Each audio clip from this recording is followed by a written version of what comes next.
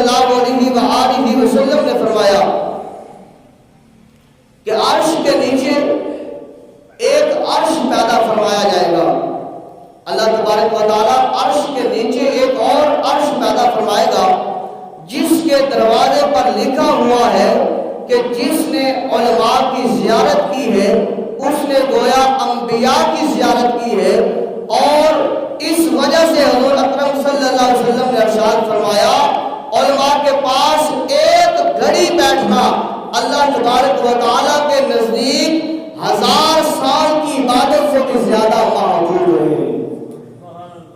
علماء کی بارگاہ میں ایک گھڑی بیٹھنا آقا کریم صلی اللہ علیہ وسلم نے فرمایا 1000 سال کی عبادت سے بھی زیادہ افضل اعلیٰ ہے. اور